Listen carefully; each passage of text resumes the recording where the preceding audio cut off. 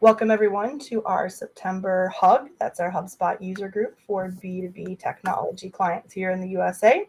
Today we have with us the lovely Abbie of Veeva Systems, and she's going to actually do a case study of how her specific tech company used podcast advertising for demand gen.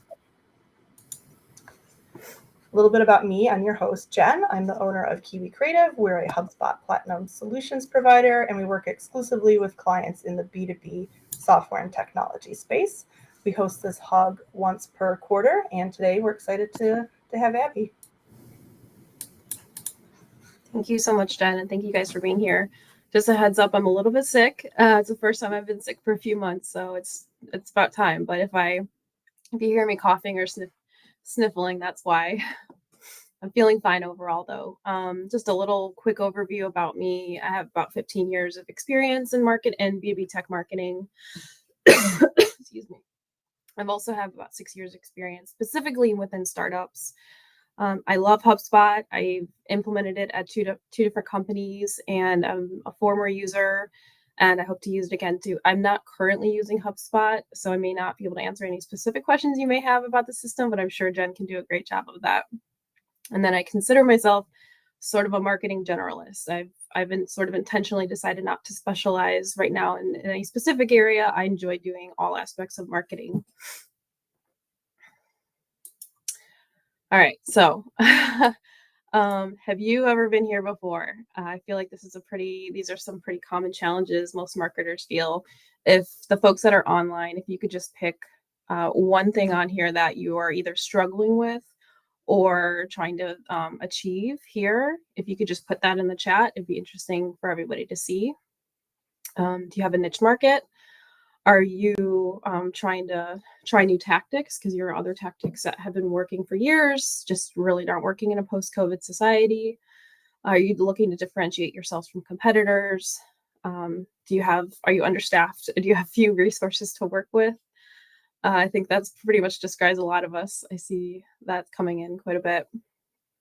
Are you just trying to build trust and credibility in different ways?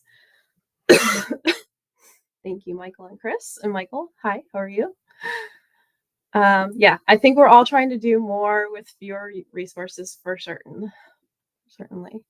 Too many to choose from. I'm in a niche market trying to do more with fewer resources, including personnel. Yep, I'm with you, Michelle. Been there, done that. So if I hope that what I present here can be helpful for you. I'm by no means an expert on podcast advertising. I just tried it out, had a little bit of success, had some mistakes along the way, and I thought I'd share, what I learned with you guys, and hopefully, it might be something you decide you want to try or stay away from completely. Okay, just a little bit about Veeva because it's kind of helpful to know where I sit within Veeva. Veeva is a pretty big company. We're considered one of the most successful SaaS companies in the world. We sell mainly to big pharma like Merck, Pfizer, Johnson & Johnson are our customers. We have a very loyal customer base with over 30 products, and many of those products are actually considered the market leader in their area. And what's really interesting is we're actually a public benefit corporation. And if you're not sure what that means, don't worry. A lot of people don't. So basically, it means that we have a legal commitment to think and to provide benefit to those beyond just shareholders. So we can make investments to our customers, to the community around us, and to our employees, even if it doesn't directly provide immediate value to the shareholders. So overall, Veeva is really focused on being a long-term partner to the industry, solid track record of success. Not that everything has been successful, and I'll share that in a few minutes. And being part of a PBC is actually why the product that I represent from Veeva exists. So one of our visions or sort of missions is to provide free solutions to clinical trial sites to help improve some of the issues that are going on in the industry with inefficiency and how sites are working together with some of these pharma companies. So where I sort of consider our product and my team's role a little bit of an outlier within Veeva, where we have a pretty successful track record of launching products. But with my product or our product specifically called SiteVault, we're reaching a totally different market, different buying behaviors, different ways they learn and purchase technology. And what I've found is that the traditional tactics that work across Veeva just do not work. And I was banging my head for a couple years trying to figure out how to, we weren't really moving the needle very far. And it's because we just can't follow the same model that we do, or that what's made us successful in other areas. We have a free product. It's really the only free product Veeva provides at the moment. So that also means that we have a different sales model. We have a different delivery model. And so marketing has been quite a fun ride to figure out what works here. So more specifically on our specific challenges and our goals is that we're entering a new market. We're targeting clinical research sites, and they're extremely skeptical. As you know, in B2B tech, there's a lot of tech startups coming up and popping up across, everywhere. And a lot of them are sort of overrepresenting what they can deliver, and customers are getting burned. And it's really not fair to the end customer. So they're skeptical, and they should be. So secondly is that it's very hard to reach our audience. They're extremely busy. Their calendars are not always under their own control, and they have very little funding or resources to travel or to attend professional events. And lastly, the COVID boom, I think a lot of us saw adoption and, purchasing increase during COVID, but after a year or two later, we're starting to see that go down significantly. So in our market specifically, adoption, a lot of people are going back into the office, and they're returning to old habits. And for us, that specifically means they're returning to paper and working on paper, which is what, we're trying to get them away from. So in order to combat some of these challenges, our goals are to establish trust, differentiate ourselves from the competition, deliver knowledge and value. So we really don't want to come across as salesy. I mean, we're not actually selling anything. That's a free product, but still having a free product is not quite as easy. There's a lot of challenges that come with that. For example, when there's change management required, that is a huge hurdle to overcome. So you've overcome the pricing hurdle, but now you have an adoption hurdle. And so when a company is not invested into purchasing a product and they don't have money behind it, they're also not as invested in adopting that solution. So, there's a different set of challenges that come with having a free product. Overall, market's changing. I know we're on sort of a longer webinar today, but a lot of people just don't have time to sit on long webinars anymore. They don't have time, to travel to events and conferences. So we're trying to create content and do things that are a little bit more succinct and also open. We're no longer gating content. We've gotten rid of almost all of our forms. All of our product demonstrations and our training videos are completely accessible online and via YouTube. So transparency is really important to us. And lastly, showcasing customer success. We really believe that this will help alleviate or reduce the number of people that actually do go back to old habits. So this is sort of the idea or concept when we decided to invest in podcast advertising. We heard that when you're entering a new market and you're trying to establish yourselves, the thing you want to do is to jump into the social circles or into the professional circles where your audience already is. So at Veeva, because we're typically a market leader in a lot of other products, we can capture that audience and bring them to us. We can bring them to our webinars and our conferences. Because we're a newer entrant to the market, we don't necessarily have that pulling power. So we got to go to them, and we got to make sure we're surrounding them wherever we can. And feel free to jump in and ask any questions you have. I'll get to a lot more meat and potatoes in just a few minutes. Thanks, Jen. Okay, so our podcast strategy. When we thought about sponsoring a podcast, we wanted to pick around 2 to 4, just to figure out, I don't know, who might be the most effective. And our goal was to understand, once we narrowed it down to our 2 to 4 top podcasts, we really wanted to learn why they were doing the podcast. So some companies do them, as a sort of like a salesy, method. They're actually backed by corporations, or is it somebody doing it as a side hobby or passion project? Are they focused on generating revenue for their project, for their podcast, or are they focused on like truly just educating the market because it's something they're passionate about? Helping understanding the why behind why somebody would choose to do a podcast is really important, because it can help you, or it helped us at least, align our sponsorship agreement towards what they're also trying to achieve. Number two, we wanted to make sure that we were choosing podcasters that actually supported our product and our company and understood and ideally agreed with our long-term vision. And when that required a little bit of education to get them there, but that was really important to us.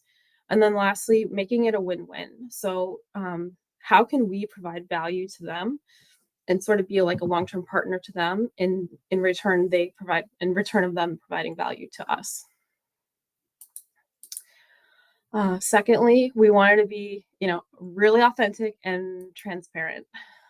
So some of the podcasters we ended up choosing were very authentic. They would just grab a smartphone and start shooting from their house, or in the office. They have a shelf of binders behind them, somebody sweeping the floor, and it doesn't matter. They're going live.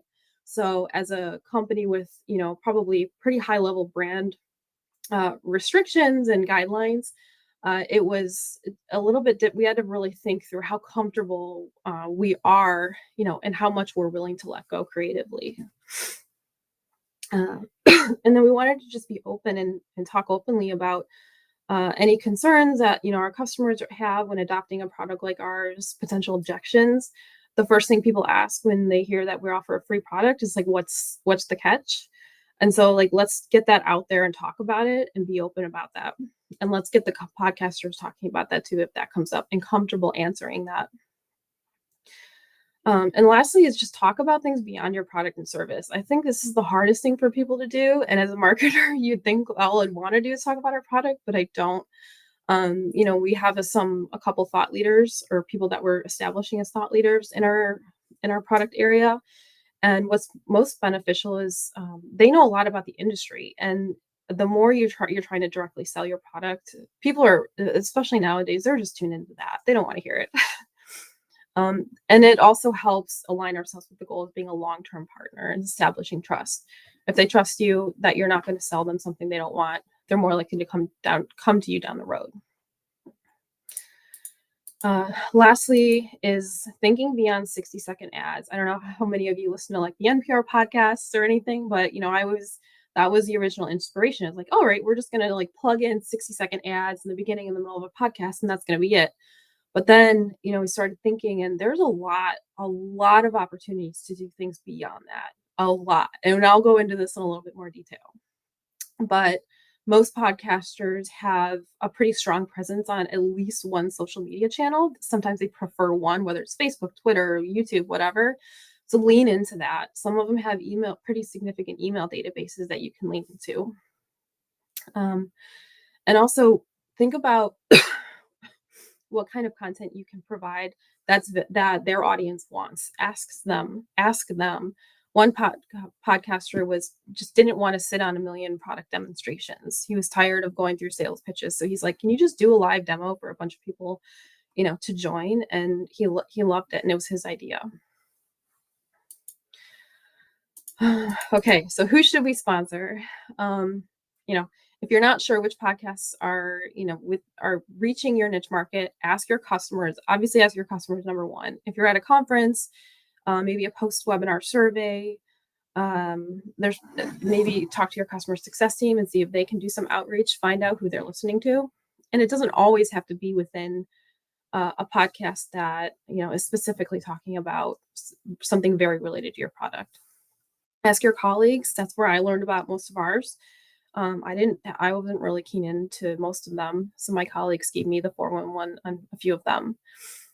I found a really cool tool called Riphonic that can help identify podcasts for you and gives you really good stats around like number of listeners and other just stats around their podcasts.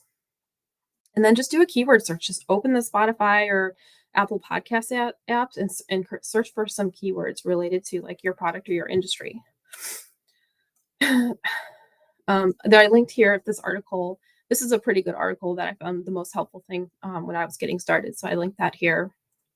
It's actually very hard to see how many listeners podcasters have. The only thing they can actually measure are episode downloads.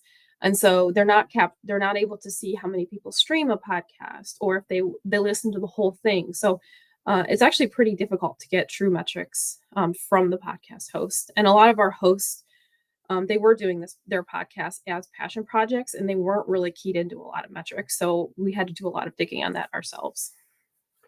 Share the tool. I want to work with thought leaders who can. Hamad, I saw your question come in, but I'm not exactly sure what it means. So if you're able to rephrase that, I'll definitely try to answer. Okay. Abbie, and lastly, yeah, go ahead. Abbie, I think he wants you to post the link in the chat so he can do that. Yep. So I'll go ahead and do that while Abbie continues. As a reminder, you are going to get the presentation afterwards, so anything that's hyperlinked in there will have that as well. All right. There you go. I sent the link. And then lastly, you're welcome.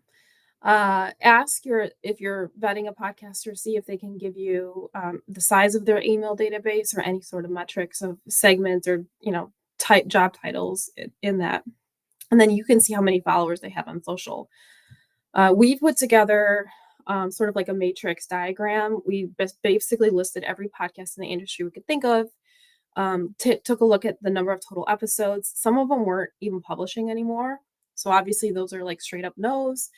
And if you can't find information on like number of views or listens, then you can always, most of them have a YouTube page or some sort of related YouTube content. So I would just capture that. I would go by some of their YouTube stats. You can also look at like how many LinkedIn followers they have and how good they are at actually engaging followers in discussion on those channels. Because sometimes those discussions on those channels can be just as impactful as the podcasts themselves. All right. From here, we just picked like our top 5 or 4 podcasts, and we presented them to leadership, and they said go for it. So that was pretty easy there. This is an example of some types of activities that we did. Some we planned to do in the beginning, some just started coming out.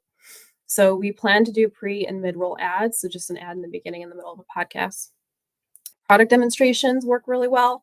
Obviously, with podcasts, you can't really see anything, but most of them, our podcasters will tape podcasts and actually be on video, and then they'll post them to either LinkedIn and YouTube. So the demonstrations actually worked really well for us. Customer interviews are great, and almost every podcaster we talked to wanted to talk to as many customers as possible. So we didn't have to, write that in. We didn't have to really beg them to do that. They wanted that. A sponsorship announcement that was really successful for us. Just announcing that, and thanking us for being a podcast or for being a supporter publicly. The ones that we chose, we were the first supporters of, so they didn't actually have sponsors before us. So they were very appreciative there. I see your question. Any idea if LinkedIn has data on industry and demographic data for creators? They do. So you'd have to ask if they have a page. I believe they do. They should have demographic data on like countries, states, industries, and all that. I don't know if they can get that if they have like a personal page. So some podcasters just publish from their personal page. If they have like a podcast, like an official company sort of page they focus on, I know that they should be able to pull a lot of that. Memes. This is one thing that I didn't think about. Memes are wildly successful right now on LinkedIn. Who would have thought? So some of our podcasters just started creating memes for us, and they've been very successful actually. Email and social mentions, if they're doing a regular email to their users, ask them to include you or a snippet about your company or an upcoming interview or episode that they're doing with you. Thank you. Social mentions, you can ask them to tag you in any social posts where they're promoting either content that you're providing or for episodes that you're sponsoring. If they have their own website, sort of just do a backlink to your website on the episode page, either on the podcast app, or if they have their own web page where they're regularly publishing podcasts. And then obviously LinkedIn, YouTube mentions. They can do shout outs. I say that the best posts, the ones that were most effective and had the highest engagement, were ones where the podcasters just kind of wrote something about us themselves. They didn't really even get it approved by us. But we'll talk about a little creative control a little bit later. But they can write something sort of, from their perspective and post it to their social channels. We have run into copyright issues with memes. Any suggestions? I do not have suggestions there. That's a really good point to bring up in consideration, Katie. Not many are on Shutterstock. Yeah, no, that's good to think about. I didn't even think about that. Sorry, I don't know if anyone else has run into copyright issues with memes and can help Katie out. Well, feel free to chime in there. Repurposing content. I think this is a huge opportunity. Just make sure you're aware of how much work might need to go into that. But if you're having somebody from your company or customers be interviewed on a podcast, there's a million ways, especially if it's being taped on video, there's a million ways you can repurpose that into short video snippets, repost it on your website, create a customer case study. There's a million things that you can do there. And then see if the podcast host, especially if they're using your product or service, see if they'll provide a testimonial or a case study about that. Okay. I started these two, the product demos and the customer interviews, because those are probably two things you can do right now without engaging in any sort of sponsorship agreement or even paying them. Some of the podcasters would just love to do an open demo, because a lot of companies gate demos today. And customer interviews are gold, and they just want people to interview that are in their industry. So if you have a happy customer who might be willing to do it, you might not even have to pay the podcaster to, do any of these things. It also might help to send them some free company swag. We did that. We just sent a few t-shirts out, and they started wearing them on their episodes, without us even asking. So it doesn't help to butter them up there. Another thing we did was the podcasters we were working with, they don't always have access to a lot of funding.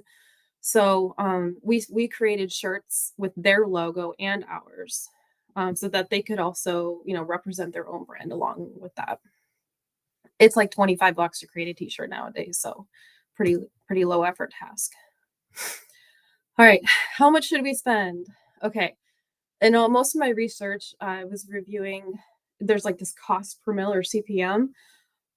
None of our podcasters had this.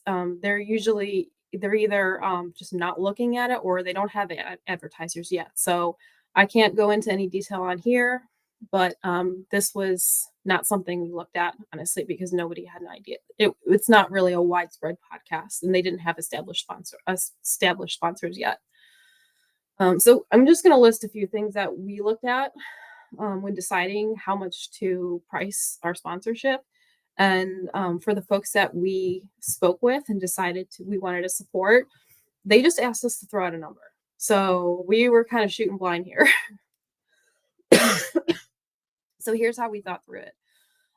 Take a look at the estimated reach each episode has. And if they get 200 unique listens per podcast or per YouTube video, I mean, that's a webinar right there. Granted, it's a lot shorter in duration, so consider that, but that's a pretty good size, especially if they're mostly all in your target market. Compare what you typically spend for sponsoring a webinar or a conference. Just keep that in the back of your head. now. And then think about if there are other sponsors for that podcast, especially if they're competitors. That means that your brand is, going to be mixed in with those. So for us, I think we were the first sponsors for a few of our podcasts, so we didn't have that issue. But now a lot of our competitors and other vendors are jumping on board, so we're definitely having to rethink what we're doing. Think about the length of the ad or the message. Are you looking to do like long 1 hour interviews or deep dives, or like 2 minute ads? And think about frequency. There's some podcasters are very regular publishers every week or every month. Others, like I said, the one guy we work with, he just grabs a smartphone and he's publishing videos like sometimes 3-4 times a week. So that can help you determine whether you're going to offer pricing per episode or like per month or something like that.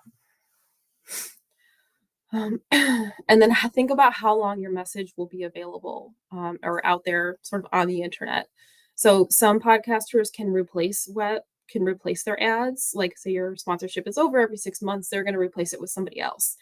Others will just post your ad or your content, and then it's just going to live there forever until one of you asks to take it down. So there can be a lot of value with having that evergreen content. Think about extras. Are you asking them to do backlinks, social tags, database emails, things like that? And think about their level of influence. Think about how engaged their followers are. So look at some of the comments that you're seeing on either their LinkedIn or YouTube or Twitter, and like the more engaged, the more conversations or debate they're stirring up. Honestly, probably the better channel it can be.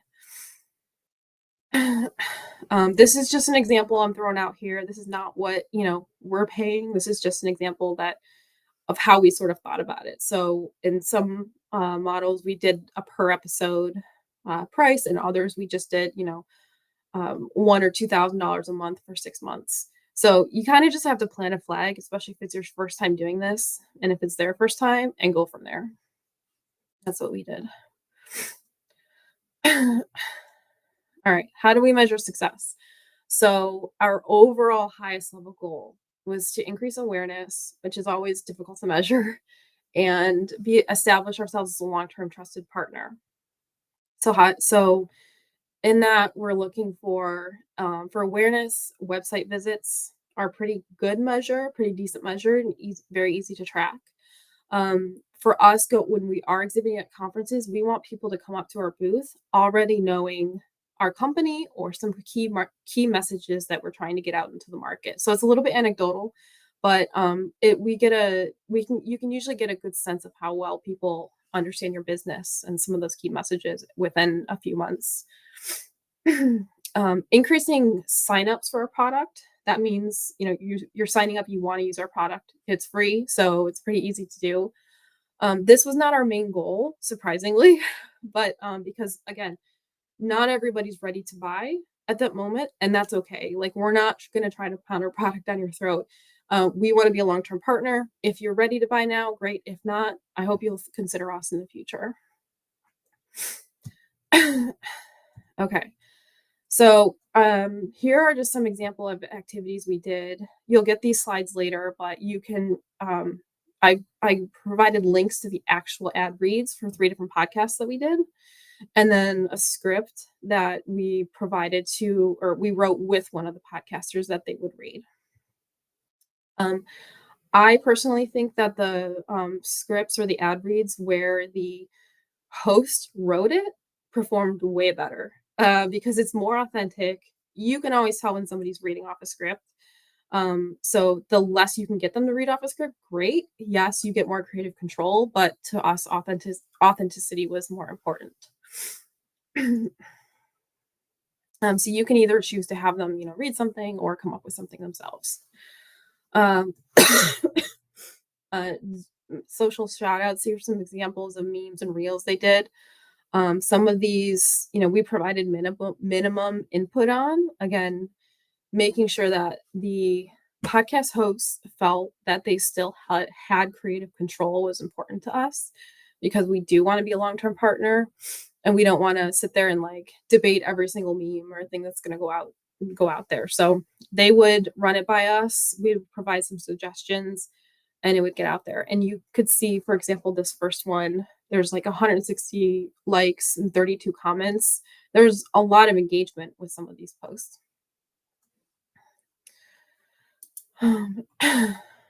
Okay. So this is an example of some sponsored content. On the left, we did a live demonstration. It was like a LinkedIn live stream demonstration, which is nobody in our industry had done before, because it is kind of hard to do it, to give a demo live to a public audience. So he was really appreciative. And again, this was the host's idea. This was not our idea. So he was passionate about it and he helped promote it a lot more than we ever could have. And then on the right is an example of like a customer interview. These are just examples of some live streams. The first one is a live stream with somebody within Veeva. The second is for that live demo, you can see some of the comments from either prospects or actual customers of our product. So you can always scrape those to identify potential success stories or testimonials you want to add to your website. And you can also find if somebody's not happy with your product. That's just as important to know. You can reach out to them specifically. All right, the results. I did not make this up. This was surprising. But we saw a big jump in website visits and visits from social channels. We were not doing much social media marketing prior to this. So honestly, I'm attributing it all to the podcasters because we just weren't doing that much to drive traffic to our website on social. I think it's pretty normal whenever you're trying something new, especially with we did a pretty heavy launch when we initially started sponsoring them, to see a pretty big uptick and then to see that go down. I think that's pretty normal. Where we're going to be looking at now is like, where's the long-term trend going? Are we, because as more and more people maybe starting to sponsor, are we getting lower and lower return on our investment? So we had over 1,600 product demo views, and these are not product demos that we have on our website. These were all demos that we did with the podcasters. Very, very surprising and good results, unexpected. Over 250% increase to our website from social. And then this is a little bit anecdotal, but resoundingly, I had our sales and customer success teams telling us that they were customers and prospects were telling them that they were hearing us on these podcast channels. Okay, I know this might be controversial, but I did not use unique tracking links to measure any of this because there was so much content kind of going out, and we're actually a very small marketing team, so we did not do unique tracking links. We just sent the podcasters our website and just said, just link it here, because it can be some additional overhead to create unique links for every single channel. That's something what we might be looking to do down the road, but we just wanted to keep it simple. And overall, we're trying to make sure to see if podcasts overall are a successful channel for us. And we didn't think we needed specific tracking links for every asset or for every podcast. I would say that if you have a product or service that is paid and you have a compelling offer, maybe like a nice like a white paper or a discount to provide, it might make sense to do a tracking link there. And I would definitely test that out. These are actual product signups and how much those have increased. So we've had 61 new signups from podcasts directly. I'm sorry, from podcasts and social media directly. And then out of those, 42 were new customers. There's some reasons why when you sign up, you may not actually get access to the system. I won't go into that, but yeah, over 42 customers so far. And so when we sign up, we have an open text field to ask, how did you hear about us? And that's open text on purpose because our thought process is when we're in your new company getting established, you're testing a lot of different channels. You want to use the customer's words directly, and you don't want to set up like drop down lists right off the bat. I think over time we'll start to move towards drop down lists, but right now we just have open text field. How did you hear about us? Okay, the number one thing that led to success is nothing I or our team did, honestly. So the number one thing is a highly invested podcast host. So this is hard to come by, but if you can do this, this is really important. So what does that mean? It means that they're fans of our product and our company. If they're using, they were actually the ones that were most successful are actually using our product, and we didn't ask them to. We didn't try to convince them to. They just started using it more naturally, and they really enjoyed it, and they wanted to talk more about it. We did do a lot of upfront education to make sure that they could speak about our company correctly. Not that we were scared about them, like misleading anyone, but we have a very complex industry, so it's easy to misspeak.